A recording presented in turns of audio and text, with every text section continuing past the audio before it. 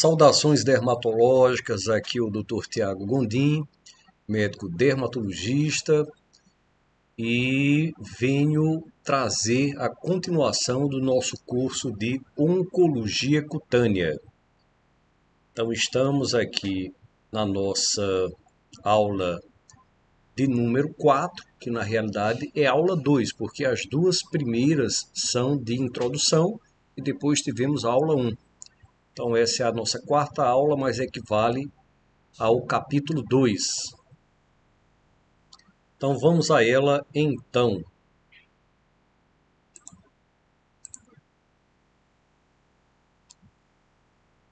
Então vamos dar continuidade à discussão do consenso europeu, o guideline para melanoma. Nós estamos na parte 1, é um update de 2022. E aqui ele traz o diagnóstico histopatológico. O diagnóstico histopatológico. Então, como é importante o conhecimento do diagnóstico histopatológico do melanoma. E, na realidade, as suas características, a caracterização do que é que tem que ter no exame histopatológico. É importante que o dermatologista ele tenha esse conhecimento para que ele possa dialogar com o exame e até mesmo dialogar com o patologista e fazer a tradução desse esforço para o seu paciente.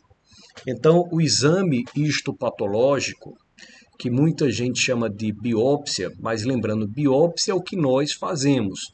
Biópsia é a assertiva cirúrgica. Biópsia é o que o cirurgião está movendo. Ele está retirando um fragmento de tecido humano para fazer o exame histopatológico, ou o exame de histologia, avaliação do tecido microscópico óptico. Então, isso é a biópsia. Então, essa biópsia ela vai ser encaminhada à patologia, onde vai se fazer o exame histológico. Normalmente, esse exame é feito por patologistas generalistas e, em algumas ocasiões, quando existe a possibilidade, nós encaminhamos o exame para patologistas especialistas em pele ou com grande experiência em pele, que nós costumamos chamar de dermatopatologista. O dermatopatologista, é claro, tem uma visão superior ao patologista geral em relação às comorbidades, em relação às patologias que podem atingir a pele, principalmente as doenças que nós vamos chamar de doenças pigmentadas.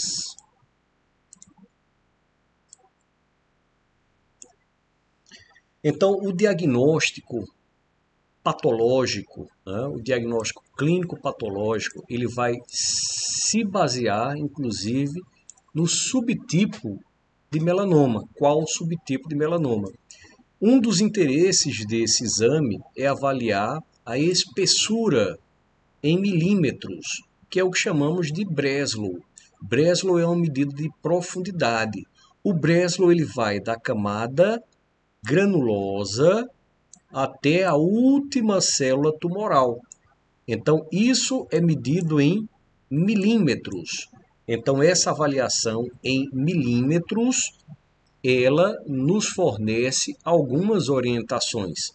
Por exemplo, se nós temos uma patologia melanocítica diagnosticada pela histologia como melanoma e nós temos uma profundidade superior, igual ou superior a 0,8, por orientação do Grupo Brasileiro de Melanoma, nós já devemos proceder à pesquisa do linfonodo sentinela.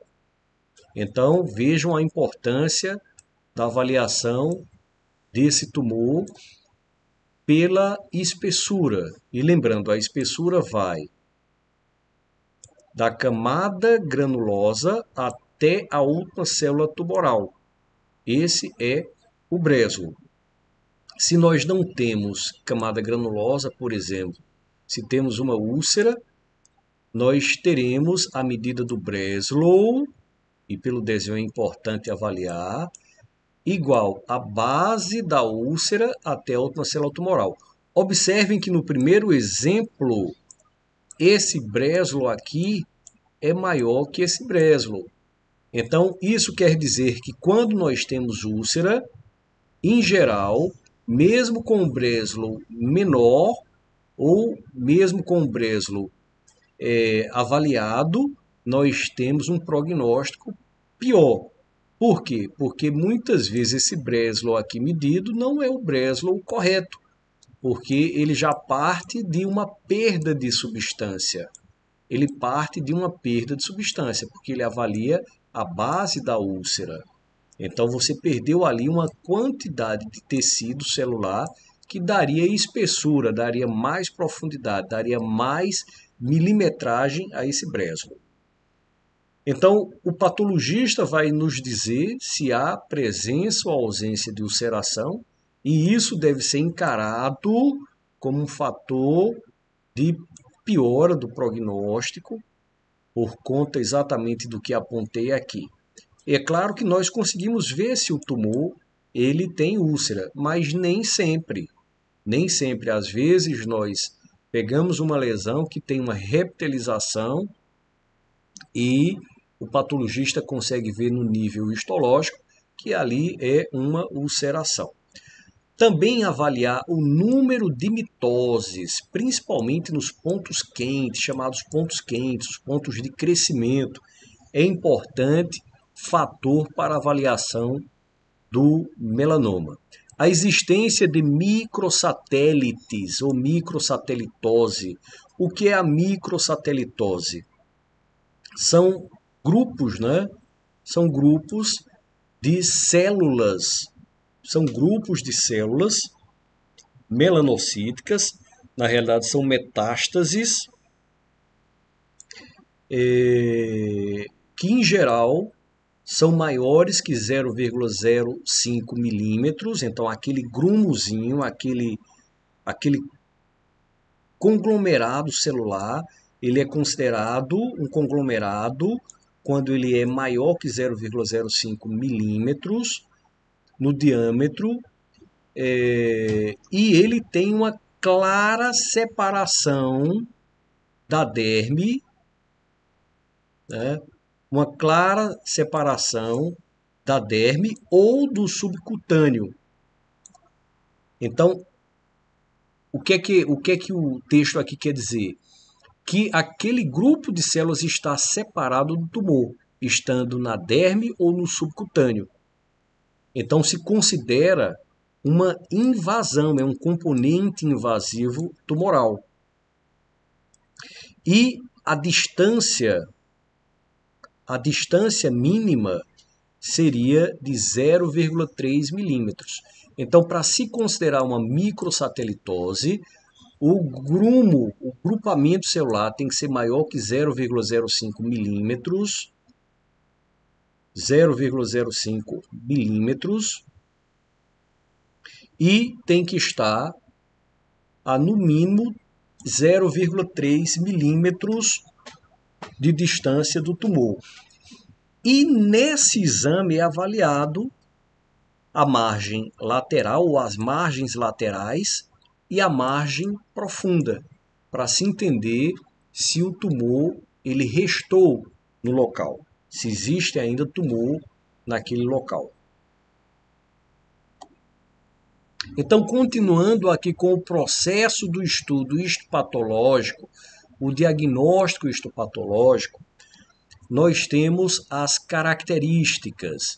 Então, o patologista vai falar sobre a fase de crescimento, se é um crescimento horizontal ou um crescimento vertical, ou seja, se o tumor ele está crescendo lateralmente, o que nós chamamos de crescimento extensivo superficial, é um crescimento melhor, ele não está aprofundando, ou se o crescimento ele é para baixo, que acontece mais nos tumores nodulares. Isso aqui é mais grave, porque ele atinge mais rapidamente os vasos e os linfáticos, podendo encaminhar metástases à distância. Ele vai dizer se existe regressão, se ele consegue avaliar a regressão. Então, algumas vezes, e é importante que a gente entenda isso, a regressão ela é um movimento ruim.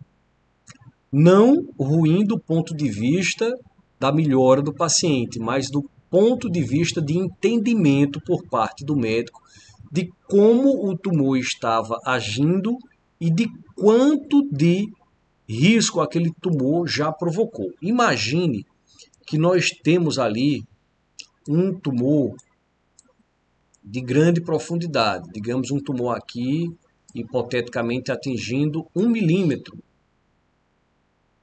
de profundidade.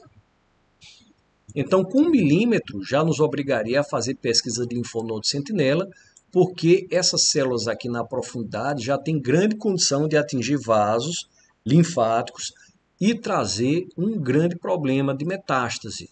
Mas suponhamos que haja uma regressão desse tumor e esse tumor perde toda a sua parte que penetrava a pele e ele fica aqui, ó, um tumor mais fino. Então, quando fizer o Breslow, vai ter um Breslow pequeno. E aí vai se acreditar que o tumor é inocente. Mas esse tumor já pode ter mandado metástase à distância. Então, o prognóstico dele pode ser bem pior do que pode se imaginar, por conta de uma regressão. É óbvio que ter regressão é bom, imunologicamente é bom, o organismo está reagindo ao tumor, mas pode ser que ele esteja reagindo a um tumor que já é muito grave. E com a avaliação apenas de Breslow, e até às vezes a avaliação clínica, nós pensamos que é um tumor menor. Então também a presença ou ausência de infiltrado linfocítico.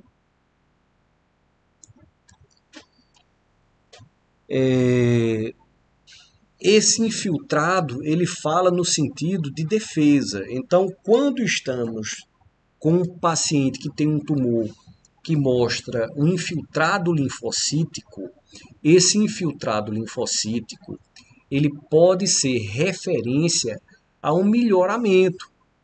Então pode sofrer a mesma situação da regressão. Você tem ali um ataque dos linfócitos, uma regressão, uma destruição do tumor, mas aquele tumor já pode ter sido muito grave.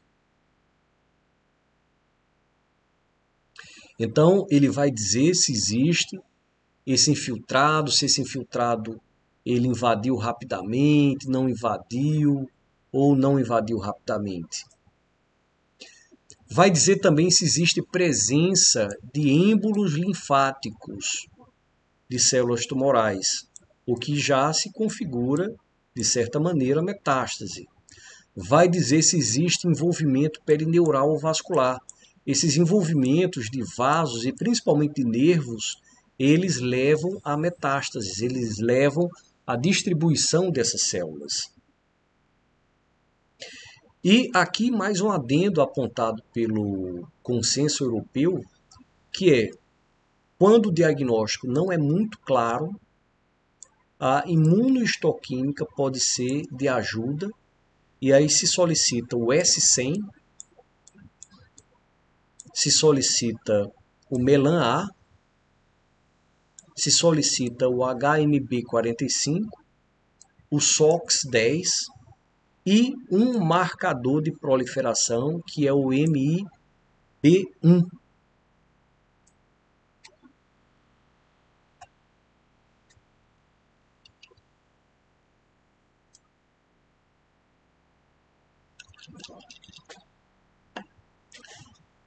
Então aqui nós temos também análise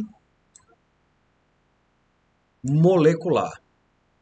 Análise molecular. Então essa análise molecular, ela parte do BRAF V600. Então a análise da mutação desse BRAF, que a gente vai ver mais à frente o que significa isso. Ele consegue avaliar a possibilidade de metástases à distância ou de metástases regionais não ressecáveis. Então, o BRAF e os inibidores do MEK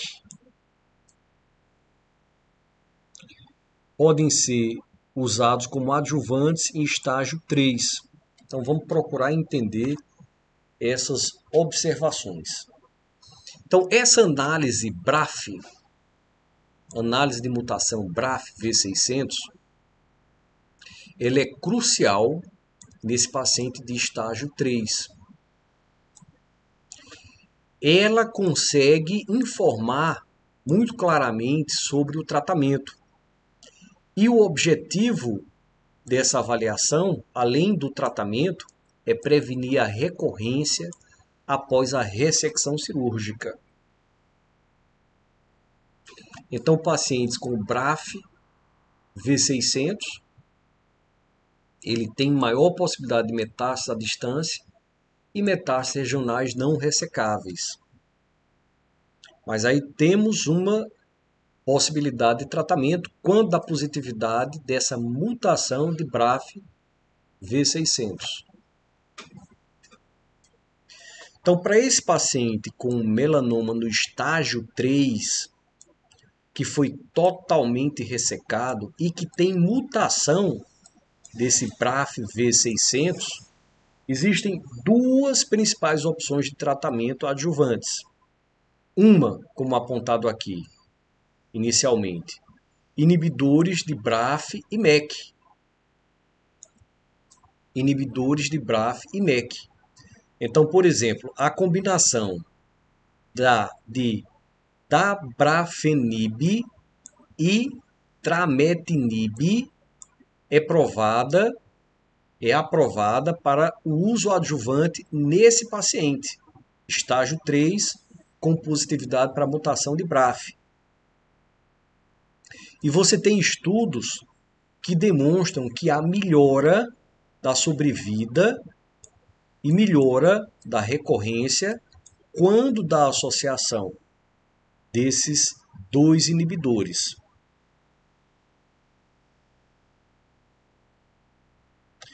A imunoterapia com anti-PD1, nivolumab ou pembrolizumab também são opções, com essa taxa de recidiva semelhante, ou seja, em torno de 60% em 3 anos.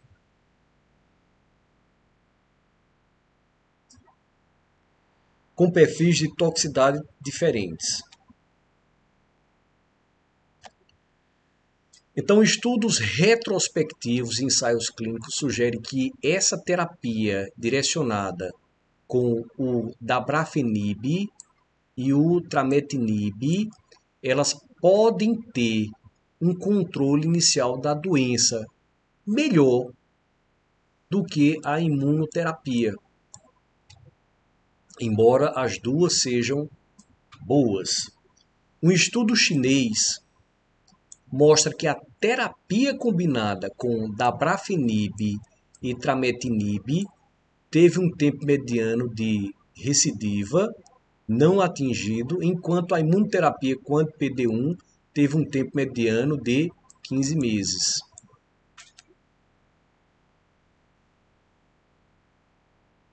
Então, a terapia com esses dois inibidores está associada a alguns efeitos colaterais importantes: fadiga, febre, problemas articulares e náuseas, mas geralmente são perfeitamente tratáveis. E isso tudo desaparece após a finalização do tratamento.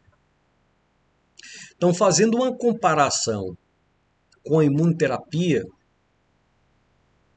essa pode ter efeitos adversos mais graves e persistentes, como, por exemplo, danos em tireoide, danos na hipófise, necessitando de reposição hormonal. Então, a gente já vê que essa mutação da BRAF e a análise dessa mutação é importante para indicar o tratamento adjuvante nesses pacientes de melanoma estágio 3. A combinação dos dois inibidores, BRAF/MEK, já apontamos dabrafenib e trametinib, é uma opção eficaz e a toxicidade é gerenciável. A imunoterapia também é eficaz, é uma boa alternativa com mais efeitos colaterais. A escolha de tratamento, então, é sempre individualizada, vai depender dos riscos associados a cada terapia e do caso do paciente. Outra análise molecular do NRAS está associada a 15 a 20% das amostras diagnosticadas como melanoma.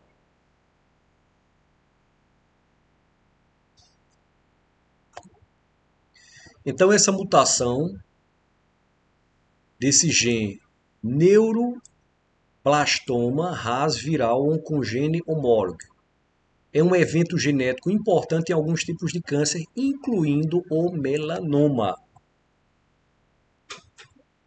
O NRAS é um gene que codifica uma proteína da família RAS. Essa proteína dessa família, ela tem relação com sinalização celular. Por exemplo, a via MAPK, que a gente chama de MEPK, Mitogen Activated Protein Kinase. Essa proteína ela está associada à regulação do crescimento celular e da sobrevida da célula. Então, o NRAS ele é um sinalizador de via MAPK e essa MAPK controla, junto com esse NRAS, o crescimento, a proliferação e a sobrevida celular. Então, quando o NRAS, que é um gene, ele sofre mutação e torna-se constitutivamente ativo, ou seja, ligado de forma permanente, então esse gene vai provocar proliferação descontrolada das células. Então ele é um marcador de câncer. O NRAS ativado, ele ativa a via MAPK a fazer com que a célula continue a crescer. Então, importante avaliar esse NRAS que está positivo em 15 a 20% das células melanocíticas do melanoma.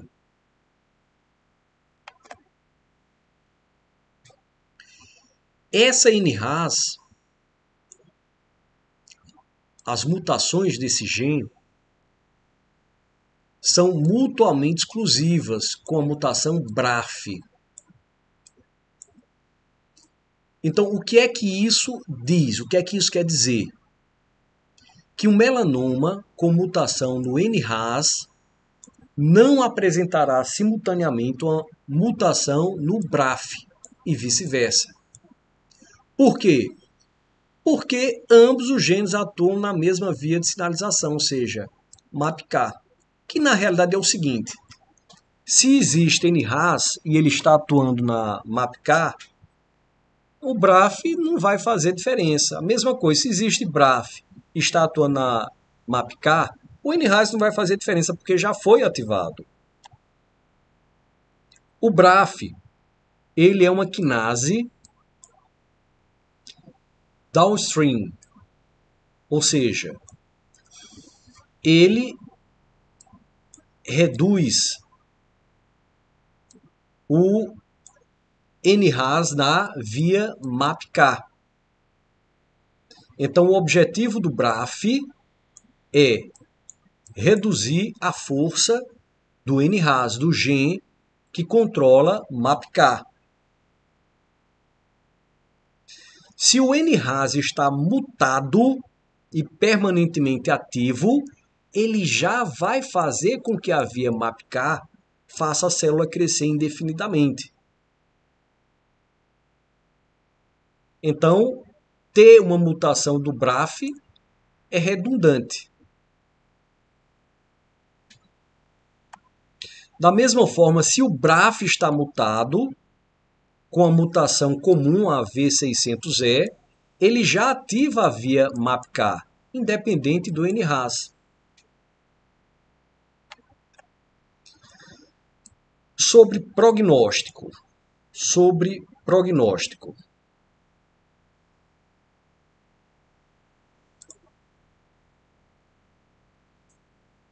Então, sobre prognóstico.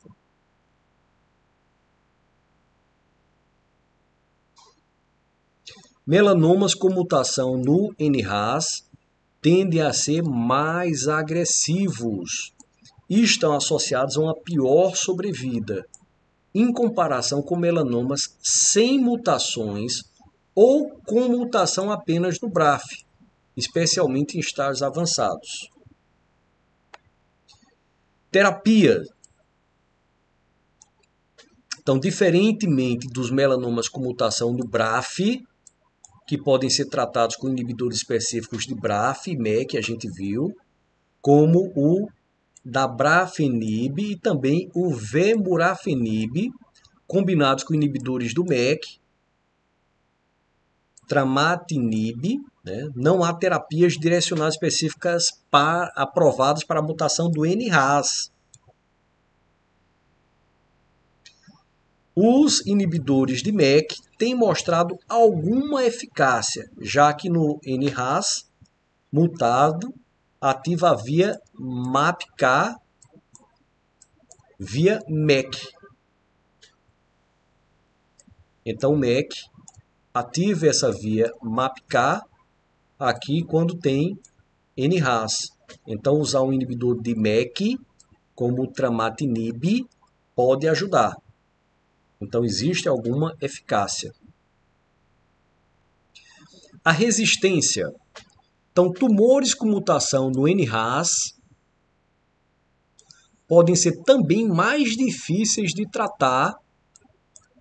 Estamos ali tentando tratar com inibidor de MEK, mas existe uma falta de terapia-alvo. E tem uma tendência maior de resistência desse tumor.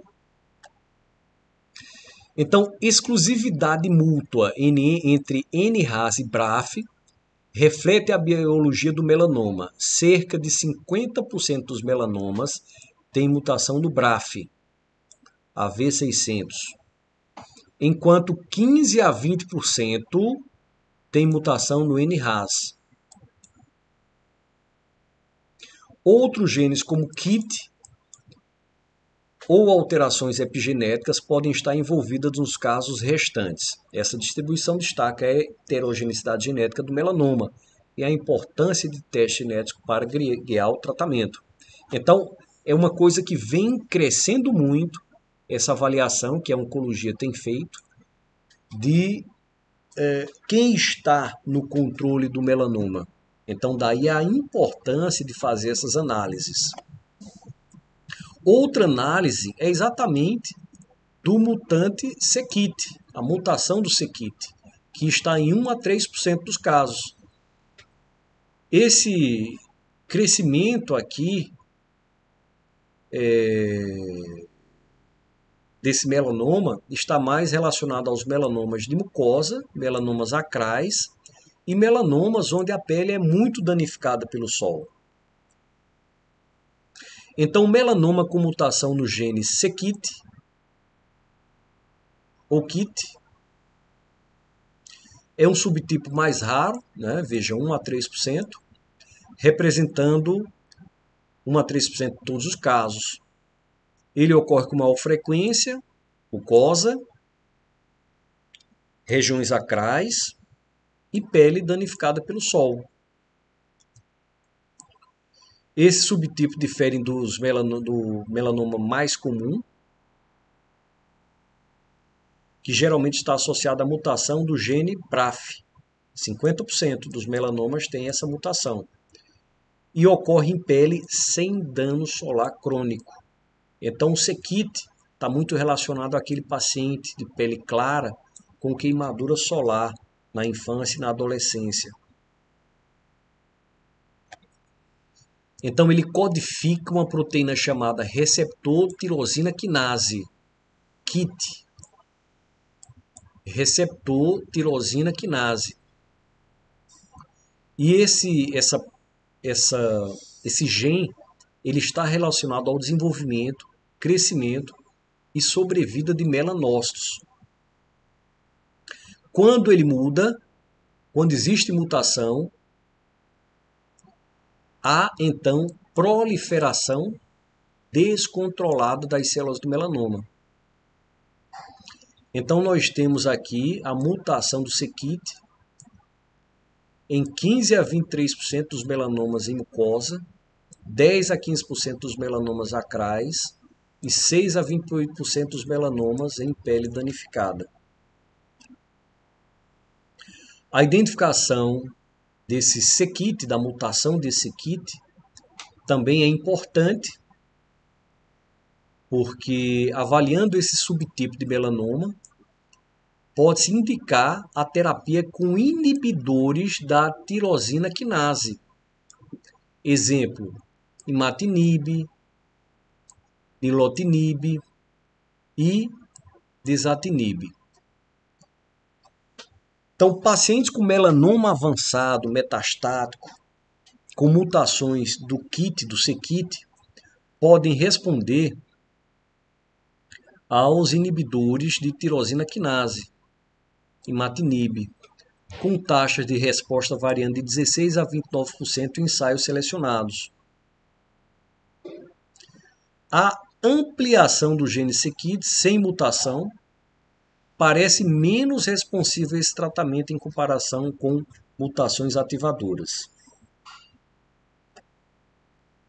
No entanto, a eficácia depende do tipo específico de mutação do KIT e da seleção cuidadosa do paciente. Então vejam a importância de se conhecer o tipo de melanoma. Você avalia a agressividade e a responsividade. Além disso, a resistência dos inibidores pode surgir, e o que levou à exploração de combinações com imunoterapias. Por exemplo, as terapias com inibidores de checkpoint. A gente vai ver o que são esses checkpoints. O checkpoint anti-PD1. Claro que isso aqui nos faz lembrar e nos faz pensar fortemente no quanto nós temos importante a questão da terapia cirúrgica pelo dermatologista, a terapia rápida, retirar logo o tumor, evitar que o tumor atinja um estadiamento alto, que vai trazer a necessidade de boa parte dessas análises aqui. Então, os melanomas com mutação no c-KIT tendem a ser mais agressivos e têm pior prognóstico em comparação com outros subtipos. Então, 1 a 3% desses melanomas, especialmente os de mucosa. E veja aqui, trazendo mais um adendo, são mais difíceis de diagnosticar. Geralmente, o dermatologista não examina mucosas. Então, termina havendo um diagnóstico tardio. E por ser ou por estar em regiões que são escondidas. É claro que nós temos o c-KIT em regiões danificadas, mas também em regiões de mucosa e regiões livres dessa exposição.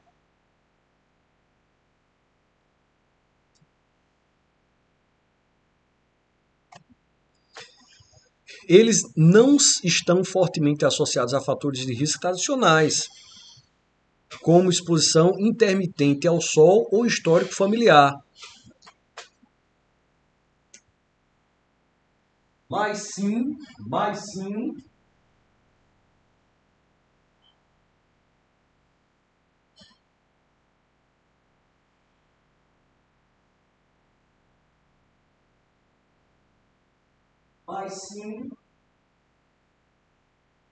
a questão própria desse tumor.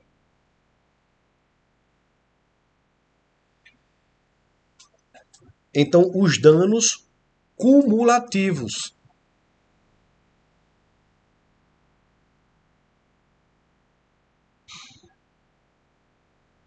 Então, pele cronicamente danificada, localizações anatômicas específicas, acral e mucosa. Outra análise que se deve fazer é a análise molecular do NF1, a mutação do NF1. Então, o gene NF1, que também é o gene do neurofibroma, conhecido por neurofibromina 1, codifica uma proteína que é supressora tumoral, a neurofibromina. Essa proteína regula a atividade da via de sinalização RAS, ajudando a manter o controle do crescimento celular. Por quê? Porque ela bloqueia a via MAPK. Então, quando o gene NF1 muda ou é inativado, perde-se esse controle. Então, há uma desregulação, levando à ativação do RAS. Isso vai fazer com que haja crescimento celular inadequado. Então, o melanoma se aproveita disso. A frequência desse NF1, 10 a 15% dos melanomas cutâneos, mais comuns em melanomas que não apresentam mutações BRAF ou NRAS, que são os dois genes mais frequentes. Então, esse é um tipo molecular distinto.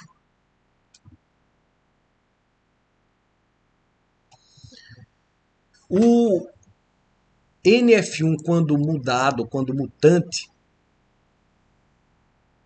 ele está mais associado a melanomas que têm danos solares crônicos.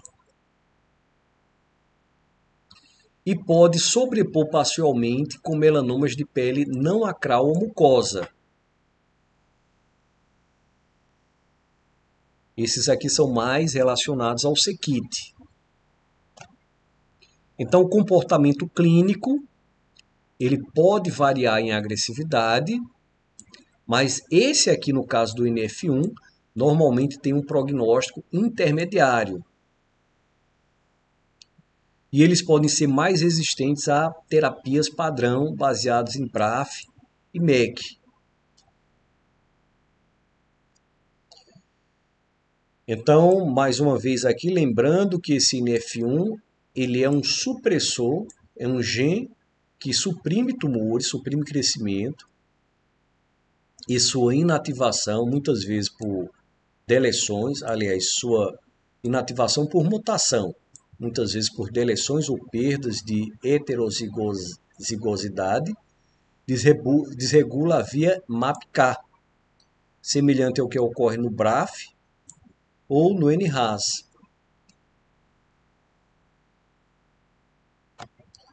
Então, diferente do melanoma sequite mutante, o NF1 mutante não responde aos inibidores de KIT. Os inibidores de KIT, como vimos, ajudam esses pacientes que têm a relação com a tirosina-quinase.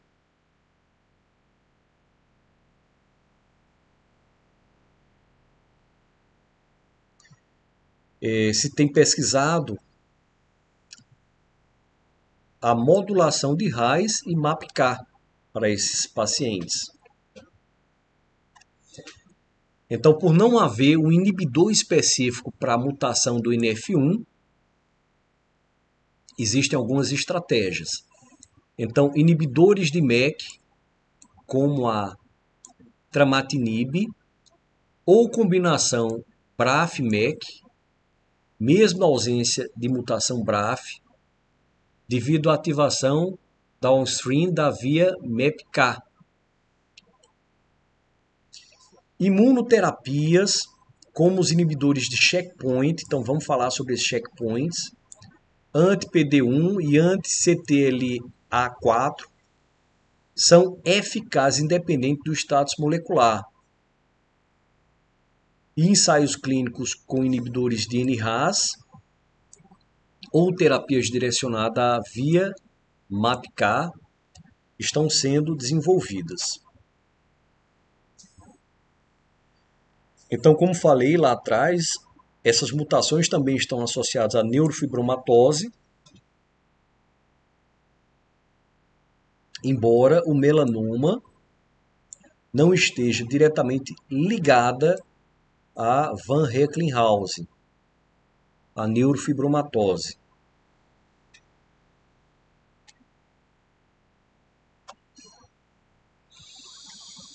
Então, o tumor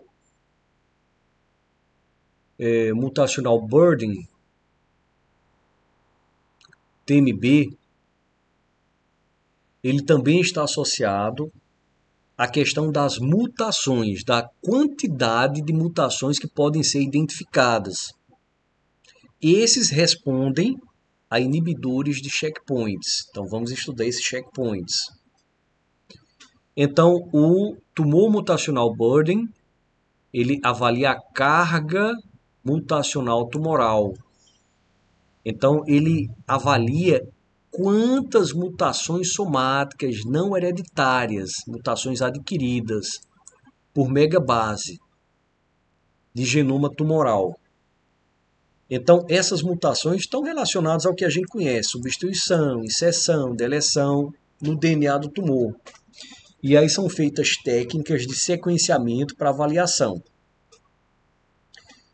Então,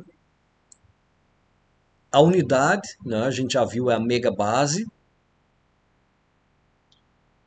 E o resultado ele vem apontando se existe alto teor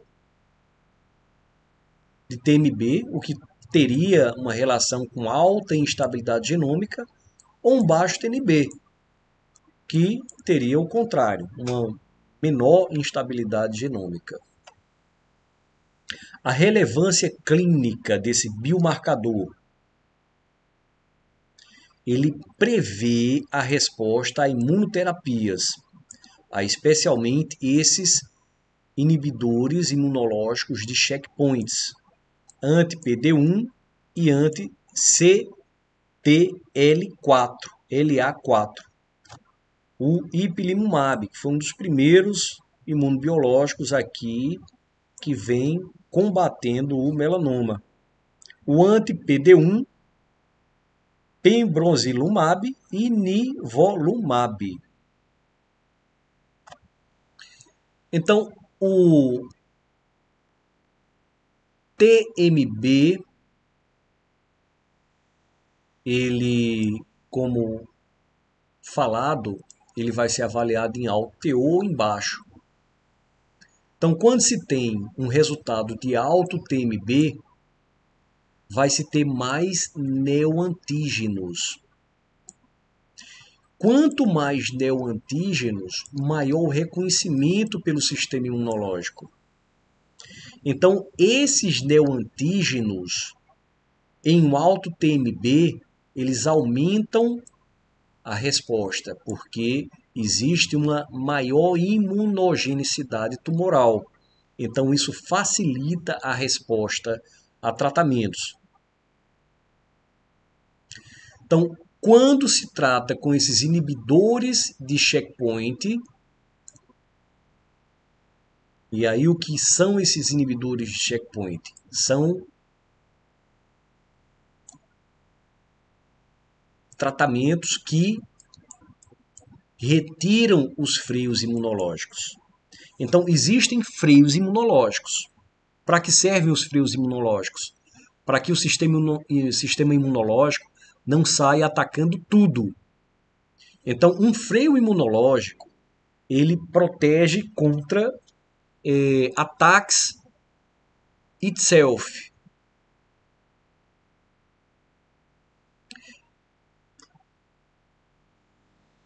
Também são conhecidos como checkpoints, os freios. Então, quando eu quero tratar para reduzir os freios, eu trato com inibidor de checkpoint. Esses freios estão principalmente relacionados com os linfócitos T. Então, os linfócitos T são segurados pelos freios, pelos checkpoints.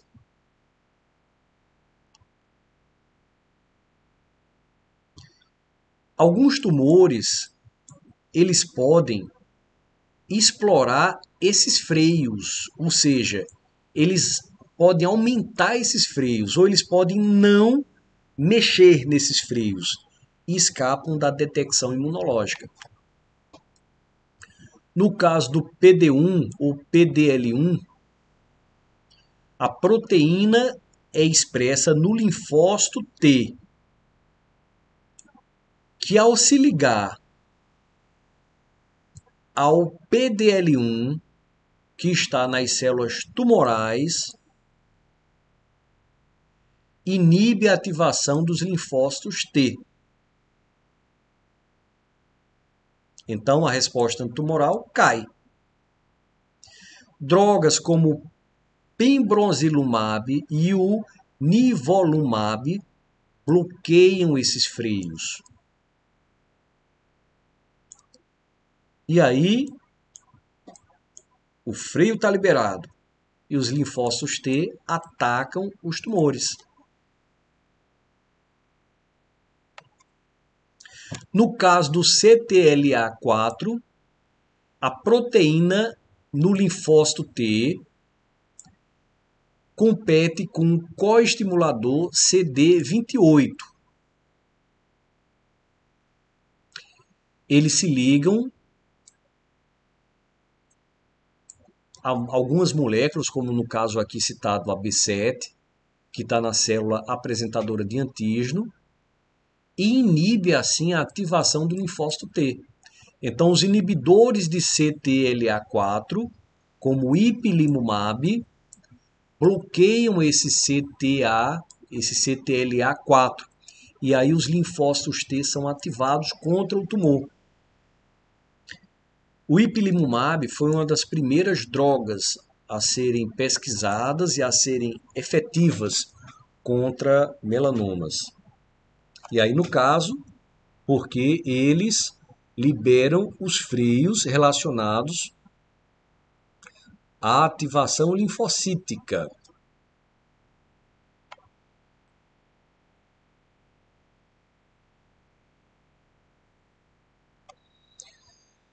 Então, e se falando de melanoma, o TMB, quando elevado, digamos, em pacientes que têm um elevado nível de exposição solar,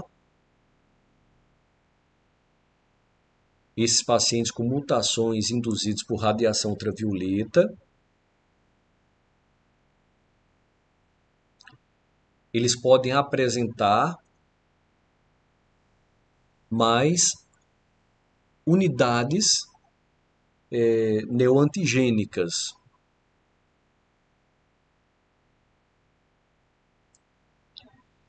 Subtipos com NF1 mutante ou aqueles com mutações BRAF e NRAS também podem apresentar TMB variável. Então, na realidade, o TMB ele avalia essa quantidade de neoantígenos. E isso vai influenciar a resposta imunológica.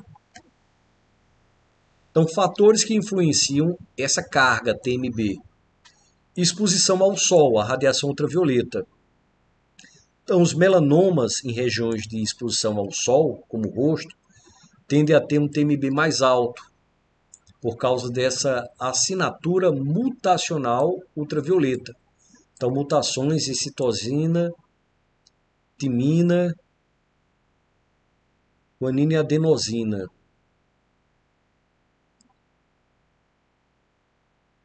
Adenina, aliás. Então, tipos de mutação. Mutações em genes como BRAF, NRAS, NF1 e c-KIT, também pode contribuir para o TMB. E a história tumoral. Quanto maior a instabilidade genômica,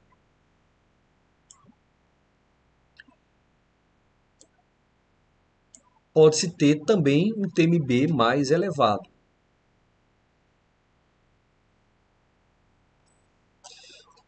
Então, na prática clínica, o TMB é frequentemente avaliado por meio de painéis genômicos para identificar pacientes que podem se beneficiar de imunoterapias. No melanoma, ele é particularmente útil quando combinado com outros biomarcadores, por exemplo, BRAF ou expressão PDL1. O TMB, então, é um biomarcador promissor para prever resposta a inibidores de checkpoint imunológicos, especialmente em melanomas com alta instabilidade genômica, como aqueles associados a danos solares crônicos. Então, um TMB alto, geralmente mais de 10 mutações por megabase, está associado a melhores respostas a imunoterapias, mas deve ser interpretado, claro, com outros fatores clínicos e moleculares. Aqui só relembrando a questão das vias MAPK, Mitogen Activated Protein Kinase. Então, essas vias são cascatas de sinalização intracelular que regulam o processo de proliferação, sobrevida e diferenciação celular. Então, no câncer, essa MAPK ela está desregulada, portanto, há crescimento tumoral. Sobre os componentes principais. Então, iniciam com receptores de superfície, EGFR, o KIT, ou mutações de genes como BRAF, NRAS ou NF1. Envolve proteínas como RAS, RAF, MEK, RK, que amplificam os sinais até o núcleo, ativando genes relacionados ao câncer. Então, a relevância no melanoma em relação a essas mutações, a gente viu que o BRAF, 50 a 60% dos melanomas, NRAS 15 a 20, NF1 10 a 15, e eles ativam via MAPK, sendo alvo de inibidores como o vemurafenib, da BRAF, ou trametinib, da MEK. Outra análise molecular é a avaliação da proliferação da expressão gênica. Ele informa sobre prognóstico, sobre recorrência, sobre o risco de metástase. Também está relacionado a um painel que se faz.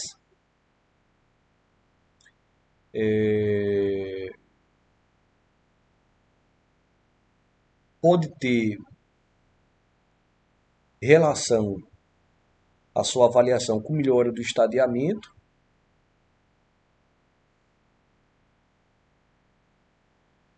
e sendo guia para intervenções como a pesquisa do linfonodo sentinela.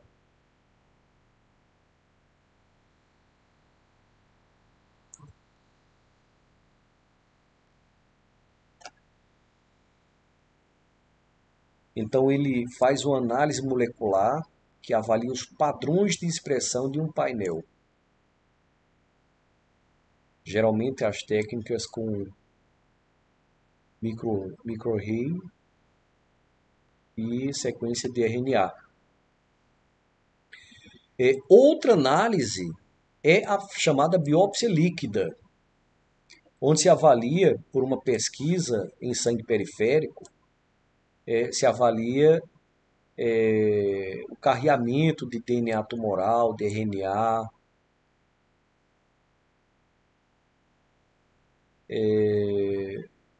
e isso pode confirmar o status mutacional.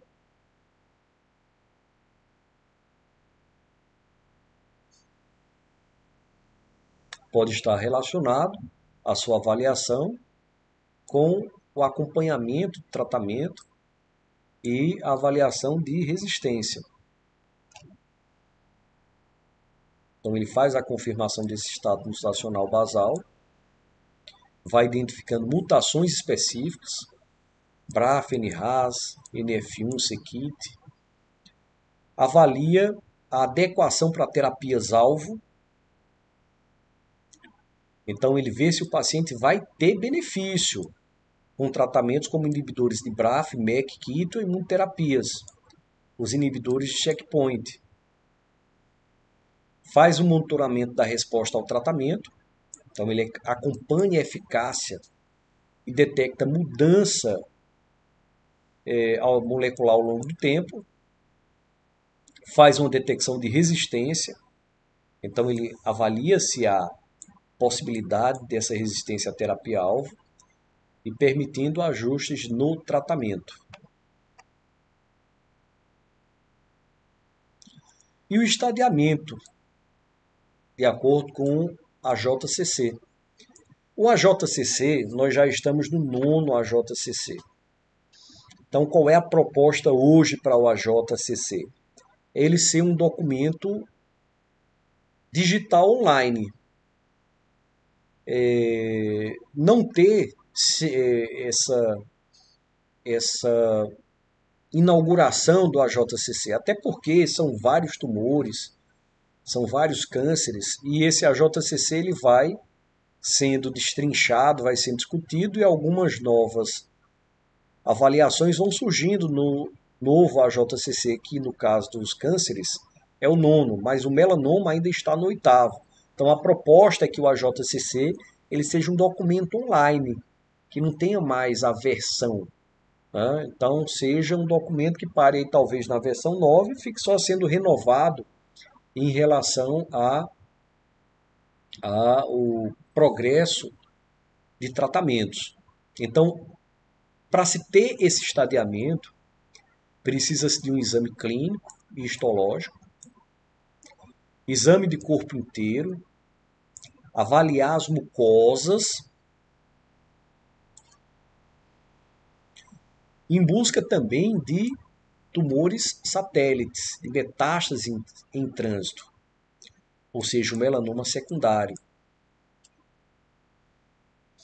Os linfonodos, ou todos os linfonodos na área, poderiam ser cuidadosamente examinados. Melanomas primários,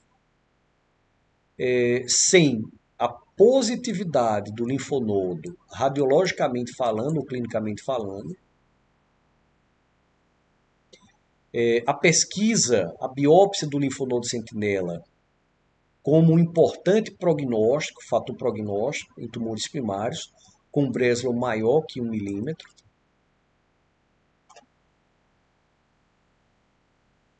Então, exames de imagem com o objetivo de detectar metástases. Então, a TC, com contraste intravenoso, no tórax e no abdômen. Ou então o PET-CT, Positron Emission Tomography. As metástases cerebrais, elas são melhores detectadas com a ressonância magnética, com contraste intravenoso. A taxa de positividade sendo mais baixa no estágio 2 dessa avaliação de metástase.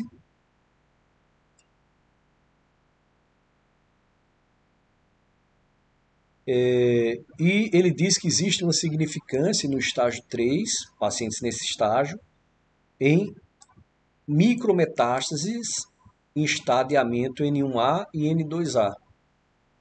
Já no estágio 4, no estadiamento 4, pacientes precisam de exames de corpo inteiro, como tomografias e PET-CTs, e ressonância para o cérebro, e TLH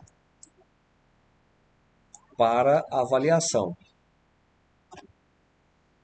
Ele diz que a progressão do melanoma pode ser muito lenta, principalmente naqueles tumores de crescimento lateral, o melanoma de crescimento extensivo superficial, que é um melanoma fino. Então ele diz que a primeira coisa a se fazer seria a avaliação do dermatologista para screener. Sobre a exposição solar, ele diz que a estratégia de se avaliar o melanoma como base de uma relação com a exposição solar, ou seja, em áreas que têm muita exposição, é controversa. Fala na evitação de queimaduras solares e da exposição excessiva, a evitação disso. Não é apenas isso não é um dispositivo seguro. Principalmente porque é difícil de se seguir. O melanoma é o câncer mais comum encontrado durante a gravidez. Vejam que dado aqui. Mas que a gravidez não altera o risco do melanoma.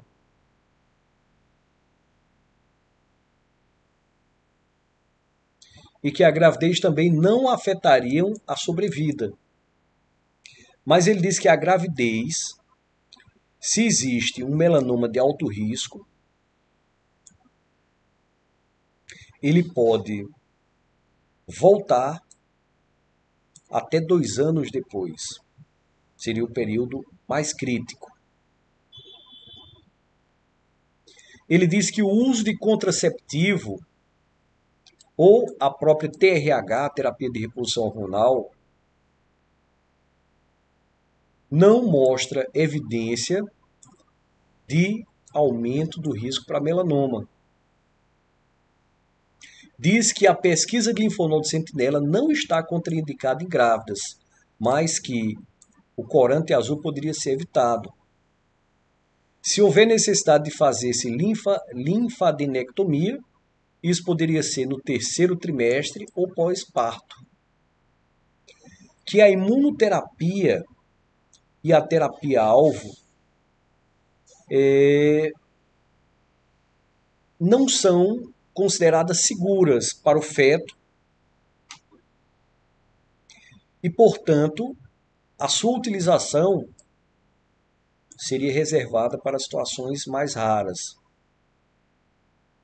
Diz que a imunoterapia pode levar a casos de abortos, natimortos, prematuridade, complicações durante a gravidez, no 3º trimestre, e possibilita doenças autoimunes do feto.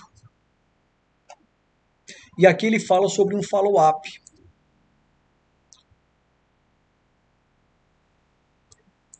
Que esse follow-up com o médico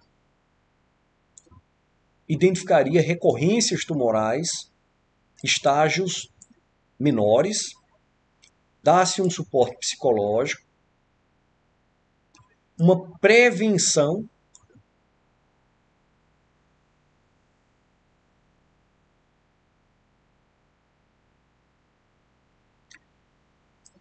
ensinar o paciente a fazer o autoexame, lembrar que os pacientes que têm melanomas, eles têm mais chance de terem outro melanoma.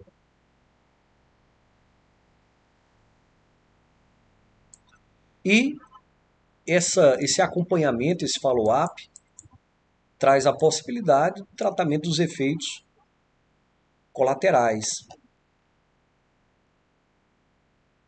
Então, aqui o paciente com melanoma tem um risco significativo aumentado de desenvolver um novo melanoma primário.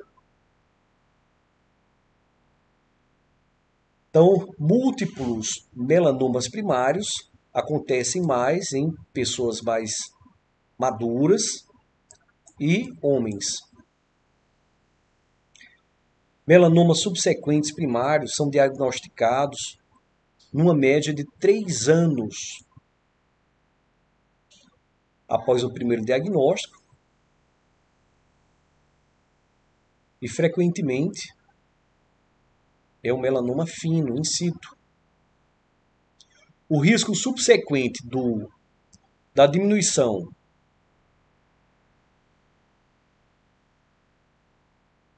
de 2% do primeiro ano após o diagnóstico para taxas de aproximadamente 1% duram em torno de 15 anos de follow-up.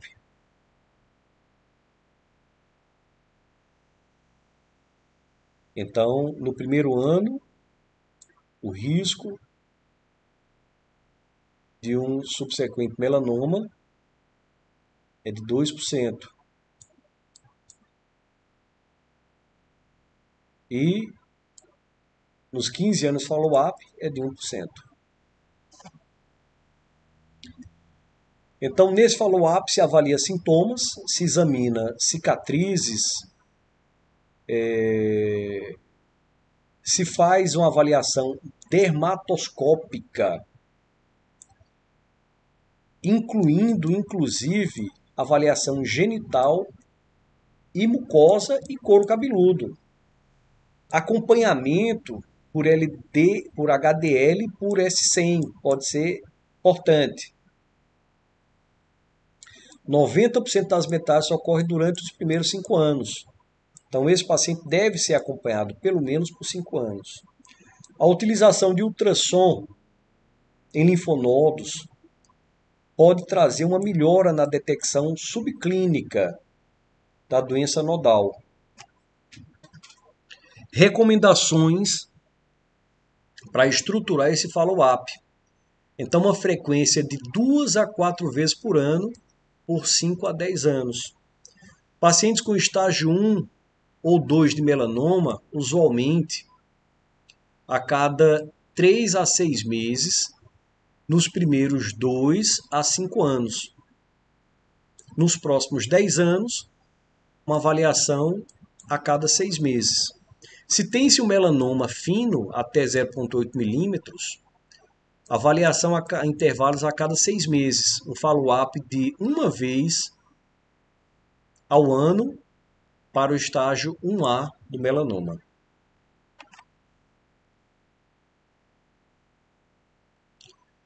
Bom, gente, então finalizamos essa parte do nosso curso de Oncologia Cutânea e já os convido para a nossa próxima discussão sobre Oncologia Cutânea.